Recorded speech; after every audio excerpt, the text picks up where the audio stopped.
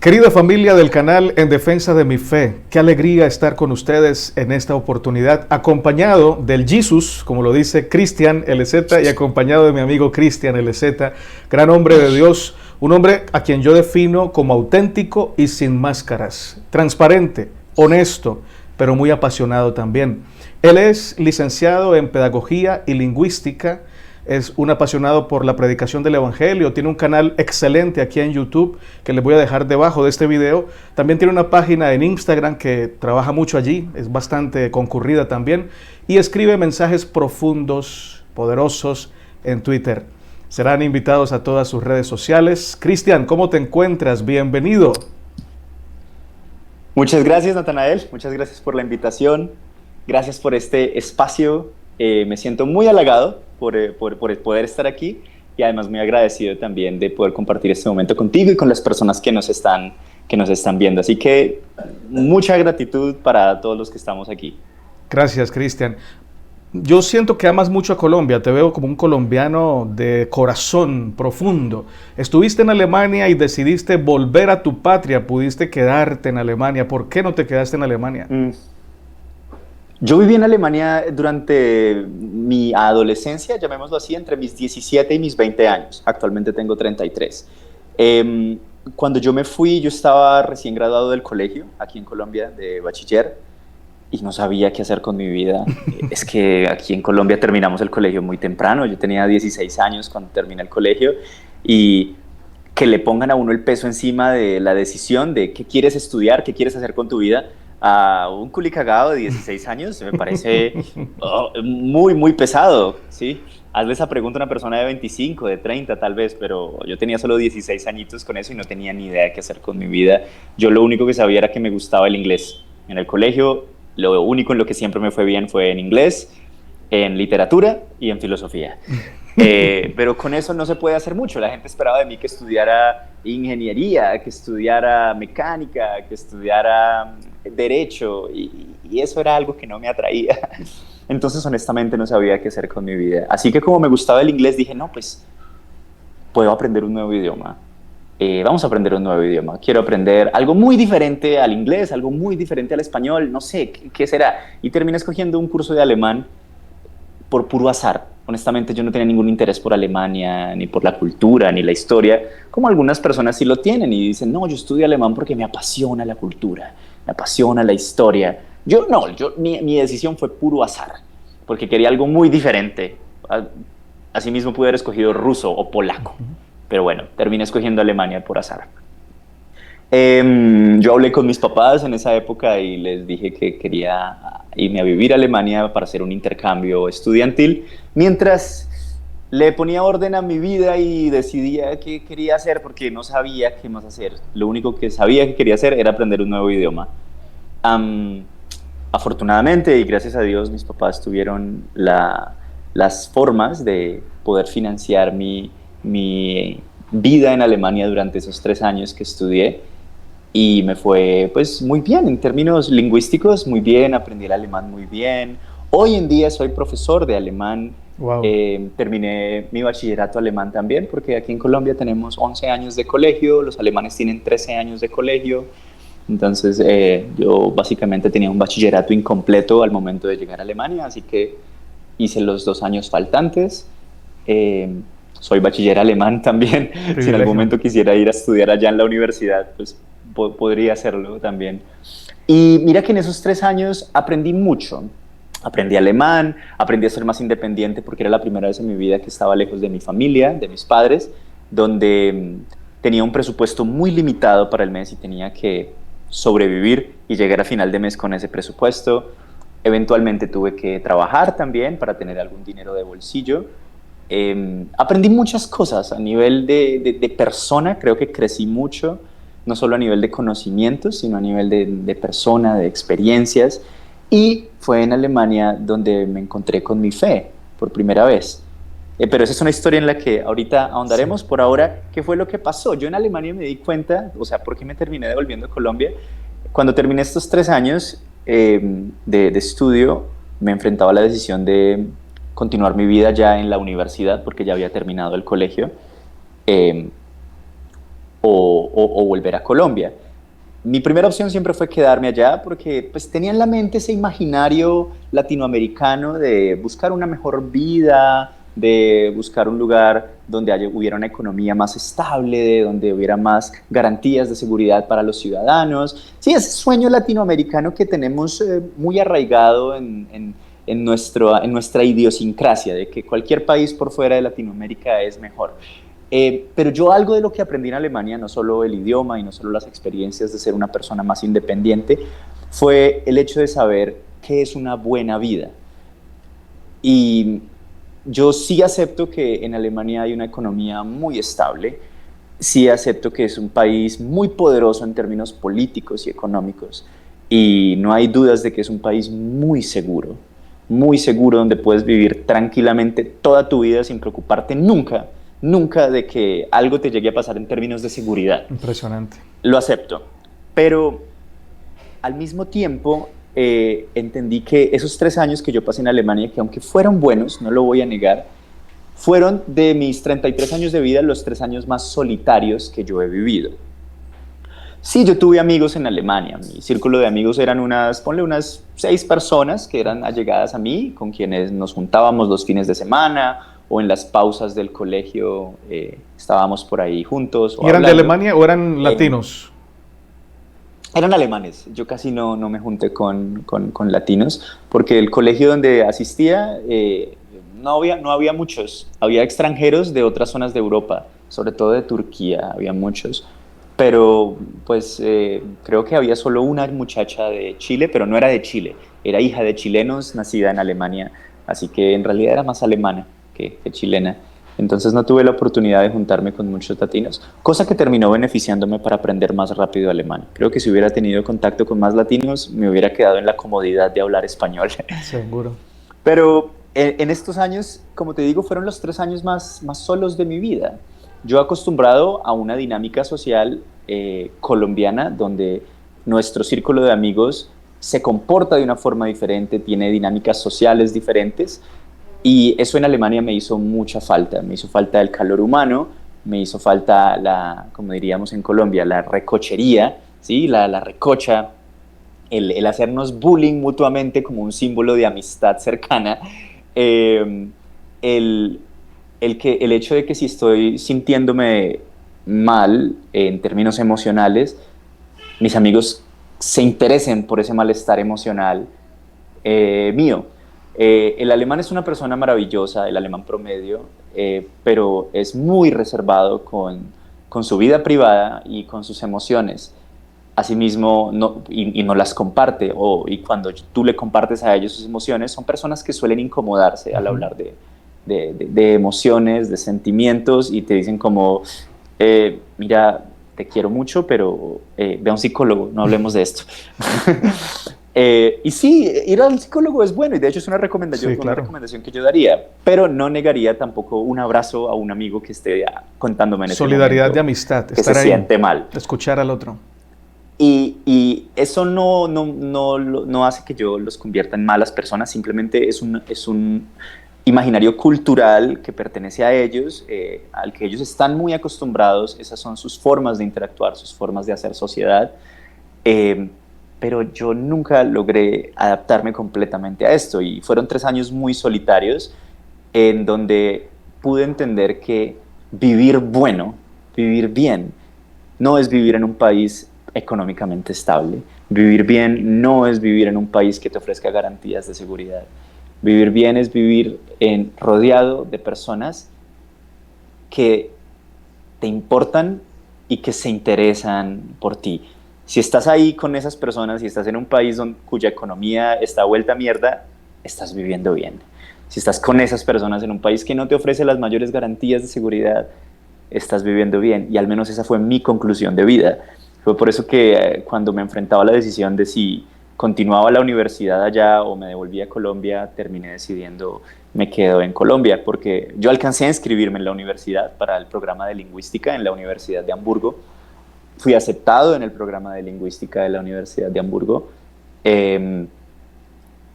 Y para el momento en que recibí mi correo electrónico de aceptación en la universidad, Yo estaba en Colombia de vacaciones porque dije, voy a pasar un mes de vacaciones en Colombia antes de empezar la universidad. Y cuando vi ese correo de confirmación, se me vino todo el panorama, toda la realidad de cerca y empecé a imaginarme 5 años de mi vida más como los últimos 3 y, y no me imaginé mi vida así, no quise tener esa vida. Y preferí quedarme en Colombia. En esa época yo tenía 21 años cuando tomé esa decisión y me sentí muy bien, me sentí muy bien. Yo pensé que probablemente algunas personas me cuestionarían mi decisión de teniendo la oportunidad de vivir en Alemania, ¿por qué te quedas en Colombia? Eso me tribuló un poco, pero fue precisamente una conversación con mi abuelo la que me hizo llegar la que me hizo sentirme mejor. Porque yo le conté a él cómo me estaba sintiendo frente a la decisión que estaba tomando. Y él me dijo, Camilito, porque mi nombre es Cristian Camilo, y mi abuelo toda la vida me ha dicho Camilo. De hecho, es la única persona en el mundo que me dice Camilo, no Cristian. Entonces me dijo como, Camilito, mire que usted en Alemania aprendió muchas cosas y se trajo muchas cosas. Aprendió alemán, tiene un título académico, que es la machera, pero en realidad usted de Alemania lo que tenía que ir a traerse a Colombia era la fe en Jesucristo. Wow. Porque él sabía mi historia de mi encuentro con la fe en Jesús allá. Y esa palabra tan sencilla y como tan evangélica de mi abuelo, para mí en ese momento tuvo mucho sentido. Era como decirme a mí mismo, Cris, no mires la poderosa economía de Alemania. Porque a la luz del evangelio que ahora vive en ti, eso no vale nada. No mires las garantías de seguridad que te ofrece el Estado alemán, porque a la luz de Jesús eso es un trapo de inmundicia, ¿no? Así es. Y me hizo pensar mucho en ese himno que dice, y lo terrenal sin valor será a la luz del glorioso Señor. Tuvo mucho sentido para mí eso. Claro, yo fui a Alemania y sí, aprendí alemán, aprendí a ser independiente, aprendí a manejar mis finanzas, tuve 3 años de una experiencia de mucha tranquilidad en términos de seguridad, pero si me preguntas qué es lo más valioso que yo destaco de mi experiencia de 3 años en Alemania fue, allá me encontré con Jesús. Amén. Personalmente. Y eso me lo traje acá y eso no me lo puede quitar nadie. O sea, la plata me la pueden quitar, claro, y yo mismo puedo gastármela invirtiéndola mal. La seguridad, por muy seguro que sea un país, nunca hay una seguridad del 100% de que nada te va a pasar. O sea, seguridad igual también sigue siendo un riesgo. Pero ¿quién me va a quitar mi fe en Jesús? Así es. O sea, jamás podrá alguien separarnos, dice el himno, o el mismo Pablo ya había hecho esa misma reflexión hacía miles de años, diciendo ¿quién nos separará? ¿Sí? Poderes, ángeles, ¿sí? ¿Quién nos separará? O sea, ¿quién me va a quitar esa fe? Entonces esa es más o menos la historia de por qué terminé quedándome aquí y dejando atrás la posibilidad de seguir viviendo en Alemania. Gracias por esa respuesta tan completa y tan honesta.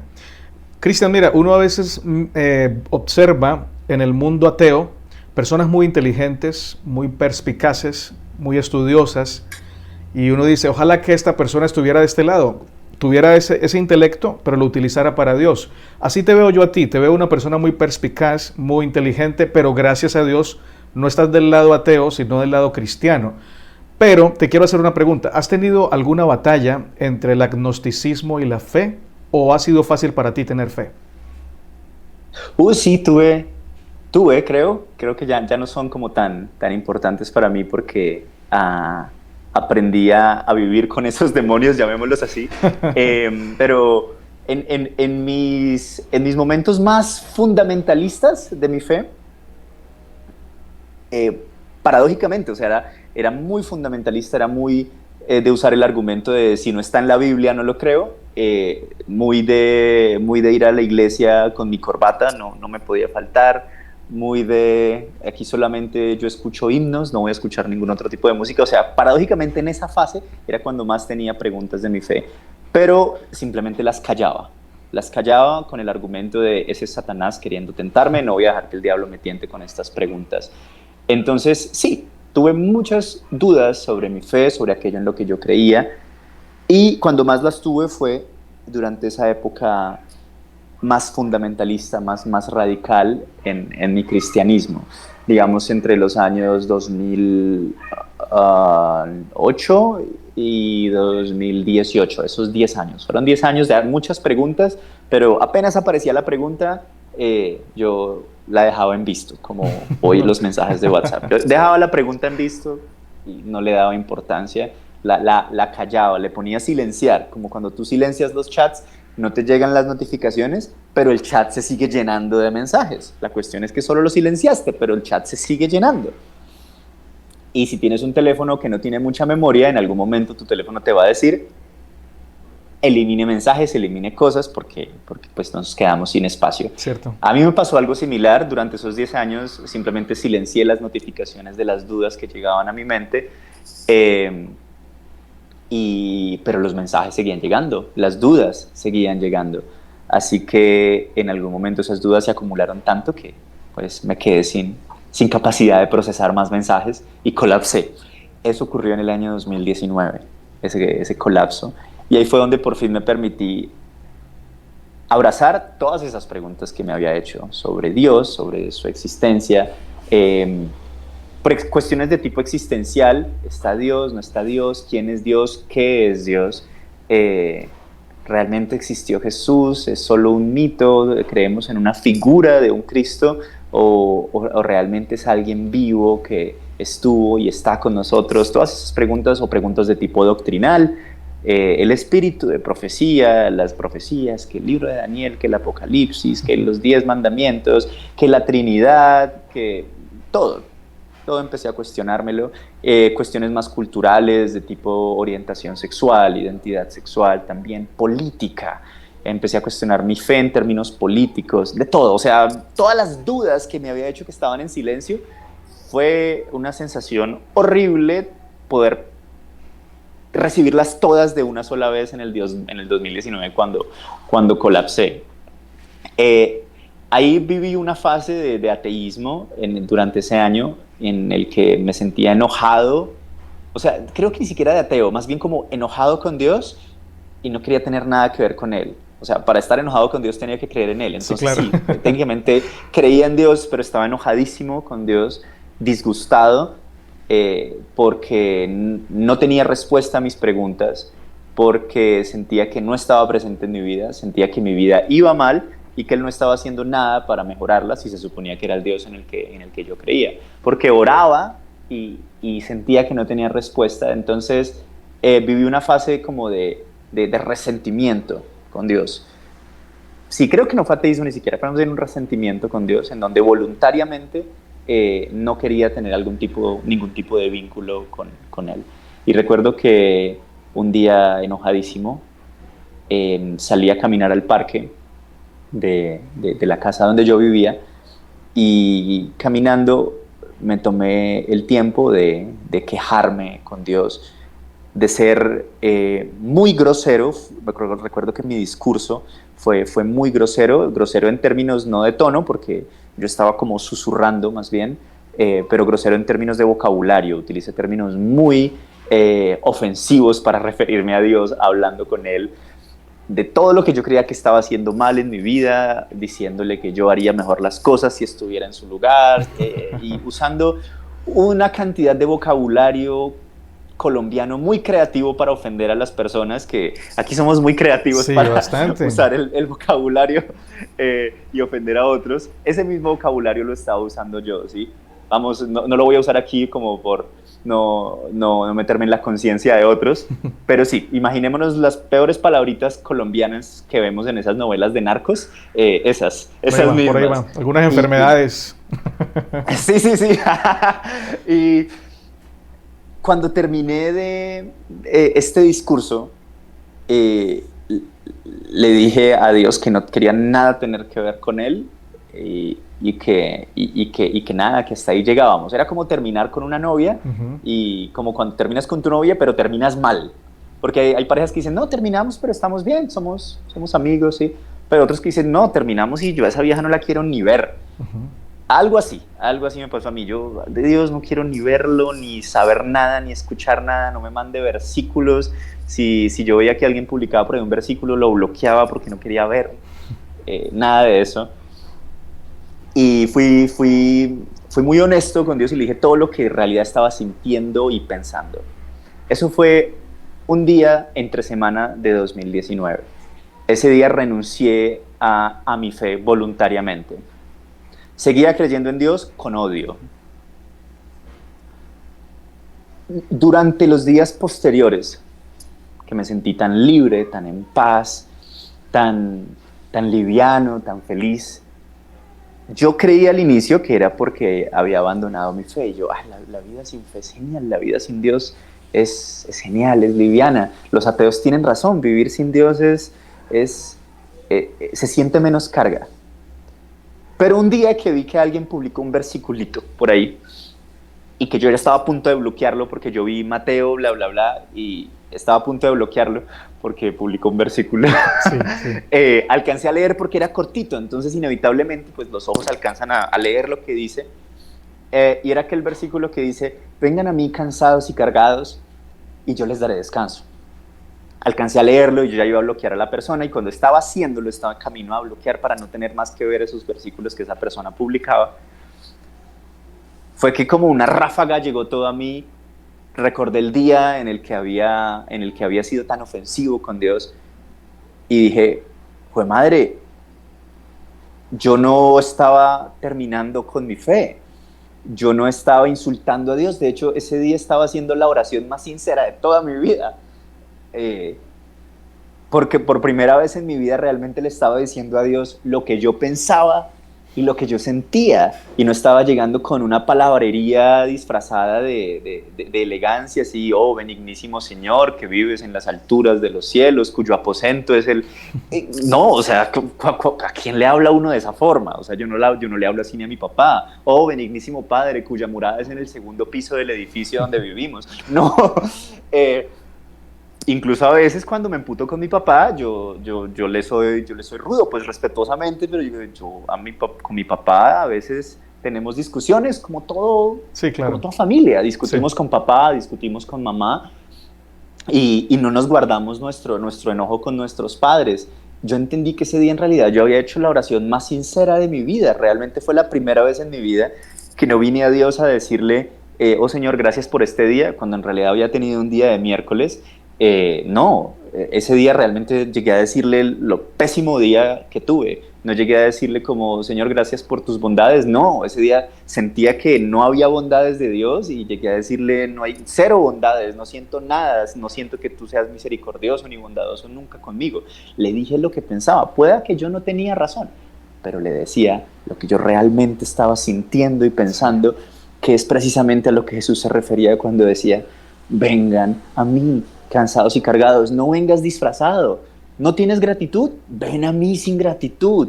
¿No tienes motivos de alabanza? Ven a mí sin motivos de alabanza. Yo no te pido que me alabes, yo no te pido que me agradezcas. Lo único que te pido es que vengas tal y como eres. Y si en tu corazón hay rencor, odio y un montón de groserías, las quiero. Ven a mí con eso, cansado y cargado, porque mi promesa es que yo te daré descanso. Aleluya.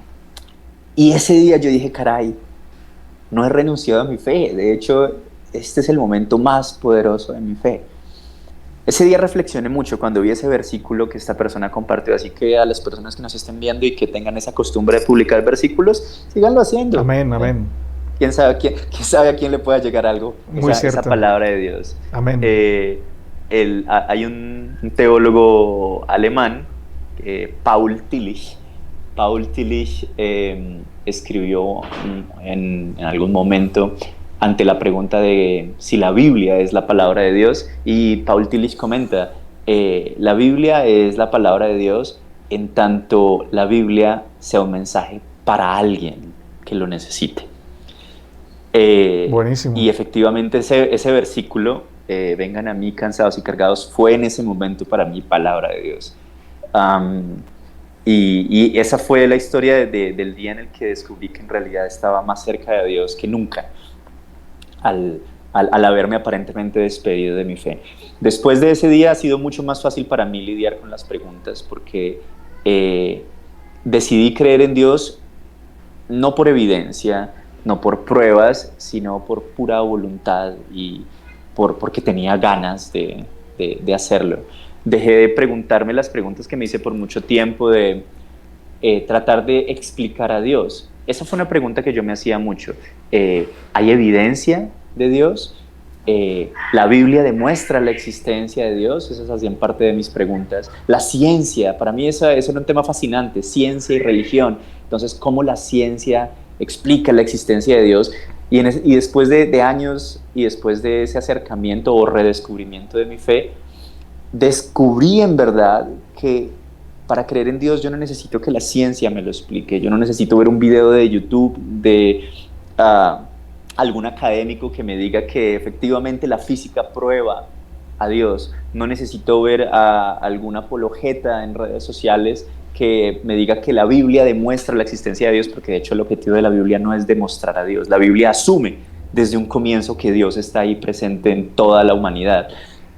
O sea, nada, no hay ninguna teoría ni ninguna forma de explicar a Dios. De hecho, si Dios fuera explicable, Dios no sería Dios. Dios es precisamente Dios porque está por fuera de todo lo explicable, está por fuera de todo lo que comprendemos. ¿Cómo vamos a explicar a aquel que sostiene el infinito en sus manos? Sí, Señor. Así que ese día dije, creo en Dios, y la única razón por la que creo en Dios es porque se me da la regalada gana de creer en Dios, punto, y me basta con esa razón. Como cuando uno era chiquito y le preguntaban, ¿y por qué hizo eso? Pues porque quiero, puedo y no me da miedo, ¿qué me va a hacer? Pues sí, la verdad esa es la razón. Hoy en día me resulta mucho más fácil. Sí, a veces pienso, ¿y si Dios no existe? Pero esa pregunta para mí pierde sentido cuando digo, si no existe, no me importa, yo quiero creer. La pregunta de si existe, no existe, de si está, no está, de si la Biblia es histórica o es literaria, en algún momento perdió tanta importancia para mí porque lo más fuerte en mi fe ha sido la voluntad. Y lo veo como un don divino.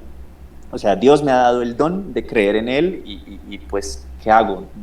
Es un don que tengo, es como aquel que Dios le da el don de ser bueno en el fútbol y es inevitable que sea bueno. ¿Sí? O sea, Messi si se esfuerza, Messi no puede ser malo en fútbol. Cierto. Es más, creo que cuando alguien es muy bueno en algo e intenta hacerlo mal, le sale mal. Le pasa a la gente que canta, intenta cantar desafinado y no es capaz porque tiene buen oído y tiene buena entonación, entonces sí, no puede cantar desafinado. O sea, entonces, hoy a mí me resulta imposible no creer en Dios. O sea, qué lindo eso. Entiendo la gente que no cree en Él, pero a mí me resulta imposible, o sea, no puedo no creer. Amén, gloria a Dios. Ahorita al principio le preguntaba a Cristian que si él se congregaba, porque algunas congregaciones son muy bellas, son muy abiertas, brazos abiertos para abrazar, puertas abiertas para que cualquiera persona entre. Y si ustedes escuchan a Cristian y lo ven, se dan cuenta que Cristian es un cristiano, pero no es fundamentalista. Por lo menos en lo que yo puedo ver de Cristian, no lo veo fundamentalista, pero lo veo un hombre de fe, lo veo apasionado, lo veo enamorado de Dios. Pero saben que él sí se congrega y eso me pareció hermosísimo. Se congrega en una iglesia adventista del séptimo día y me dice que allí lo tratan súper bien, que se siente en casa, que ese es su lugar, es su hogar, su pedacito de tierra maravilloso, esa congregación adventista. Me alegra mucho eso, Cristian, y quiero hacerte una pregunta en función de ello. Los adventistas generalmente son fundamentalistas, pero de manera sincera, no de manera mala. ¿Consideras tú que actualmente eres fundamentalista en algo o ya en nada? ¿En qué eres fundamentalista? Y define fundamentalista para ti. ¿Qué sería ser fundamentalista? Yo entiendo al fundamentalista como aquella persona que está cerrada a una sola visión de algo y no considera que fuera de esa visión pueda haber otras alternativas. Eso puede ocurrir en términos religiosos, puede ocurrir en términos ideológicos, en términos políticos, exactamente. Y dentro de la religión pasa mucho porque suele existir ese discurso de que pues, la verdad es solo una, de que Dios es solo uno, de que todo aquello que solemos entender el cristianismo como una comunidad del libro de la Biblia, cuando en realidad el cristianismo debería ser una comunidad de la persona. Entonces, claro, cuando toda la comunidad se enfoca en un libro, un libro como la Biblia, que es hermoso, yo no estoy contra la Biblia, por favor no vayan a sacar esa conclusión de mí, amo la Biblia, me encanta leerla y soy un apasionado de las lecturas bíblicas. Pero entonces cuando nuestra comunidad cristiana se basa en el libro y no en la persona, el libro es limitado, el libro tiene un principio, el libro tiene un fin, tiene una cantidad limitada de páginas, el libro tiene una cantidad limitada de mensajes y tiene al mismo tiempo una cantidad limitada de información. Si miramos a una persona, como en este caso, la persona de la comunidad, que es Jesús, cuando el cristianismo es una comunidad de la persona es mucho más compleja. Jesús, al menos si lo entendemos desde como el autor del Evangelio de Juan lo definió, estaba desde el comienzo. El verbo era en el comienzo, en el principio era la palabra y la palabra estaba con Dios y la palabra era Dios, claro.